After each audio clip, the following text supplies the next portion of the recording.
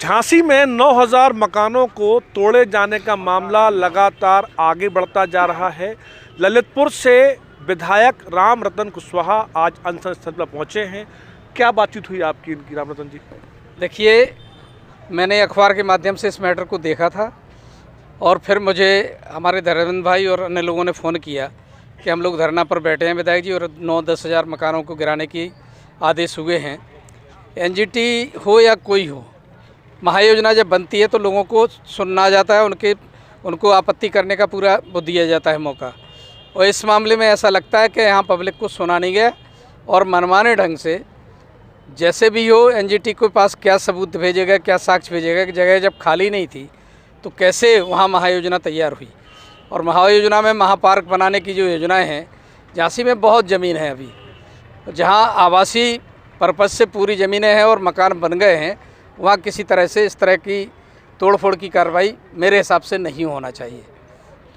कुशवाहा जी, एक तरफ केंद्र सरकार पीएम आवास का वितरण कर रही है, शौचालय बनवा रही लगातार, लेकिन इतने तकरीबन 9000 घरों में रहने वाले करीब 50,000 लोग टेंट में आने की स्थिति में पहुँच गए हैं। देखिए, बिल्कुल सही बात कही आपने। हम लोग चाहते हैं कि हर व्यक्ति जो कच्चे खपरेलदार मकानों में रह रहा, पीएम आवास के माध्यम से, मुख्यमंत्री आवास के नाम से उनको हम लोग आवास देने का काम कर रहे हैं।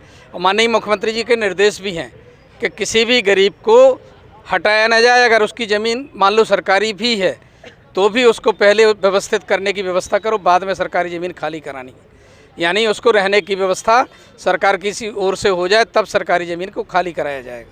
इसलिए ऐसी स्थिति में भी ये हम जानते हैं कि नोटिसबाजी खूब हो, मकानात गिराने में सरकार को बहुत कुछ सोचना पड़ेगा। जनता के हित पहले देखे जाते हैं, बाद में कोई और बात होती है।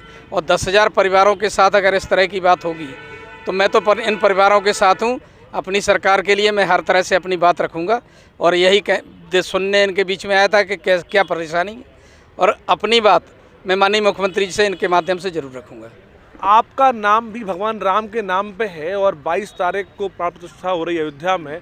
कुछ ऐसा ठोस आश्वस्त लोगों करें आप जिसके माध्यम से लोग राहत की अनुभूति कर पाएँ। देखिए, हम ये जानते हैं कि कोई आदेश हुआ है तो उसको निश्चित रूप से पढ़ना पड़ेगा, लेकिन मैं ये आश्वस्त करता हूँ कि इनकी बात को मैं मुख्यमंत्री जी से ज़रूर रखूँगा ताकि इनकी समस्या का समाधान हो। विधायक जी, बहुत सारे ऐसे मकान भी हैं जो उसी वाली कॉलोनियों में बनाए गए हैं और उनके अंदर पीएम आवास योजना के अंतर्गत लोन भी दिया गया है। वहाँ पर पाइपलाइन है, गवर्नमेंट हाउस टैक्स ले रही है, पानी की लाइनें हैं, बिजली के खंभे लगे हुए हैं, सब कुछ व्यवस्थित था, फिर इतनी दिक्कत कराई गई इन लोगों को। इसके लिए जो जिम्मेदार उसके खिलाफ कार्रवाई कुछ? देखिए, बिल्कुल सही बात है। अगर वहाँ पीएम आवास दिए गए हैं और लोगों के मकानात बने हैं और लोन भी दिया गया है उनको, तो जो हमारी राजस्व की मशीनरी थी वो कहाँ थी? राजस्व की मशीनरी को ये सब देखना चाहिए था कि निर्माण अगर अवैध है तो क्यों बनने दिए, और जिनने बनने दिए हैं कार्रवाई पहले उन पर होना चाहिए, ना कि हमारी पब्लिक पर। निश्चित रूप से ये विषय गंभीर है और मैं आपके झांसी जिलाधिकारी से भी बात करूंगा इस संबंध में। इसके लिए जो जिम्मेदार व्यक्ति है उसके खिलाफ कुछ कार्रवाई की बात करेंगे? मैं उसी बात के लिए कह रहा हूँ, जिलाधिकारी से इसी संबंध में बात करूँगा कि लोगों के मकानात आपने बनने दिए, उस मशीनरी को पूछिए क्यों बनने दिए गए और उन पर आपको कार्रवाई करनी चाहिए, बाद में किसी तरह की कोई कार्रवाई अमल में लाई जाए। धन्यवाद। तो बिल्कुल साफ संदेश दिया गया है कि एक भी मकान टूटने नहीं दिया जाएगा।